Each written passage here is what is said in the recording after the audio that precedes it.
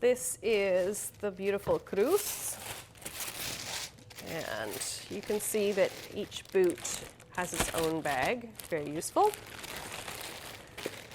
This boot is beautiful. It has a very soft leather.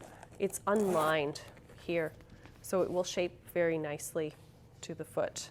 The tricky part is getting into the boot. I'm going to show you a couple of tricks that we use here in the Gastown location, and one is this beautiful bag that comes free with every purchase. So you can use it kind of as a shoehorn, where you just stick it in the boot like this, and then use it like a shovel or a shoehorn.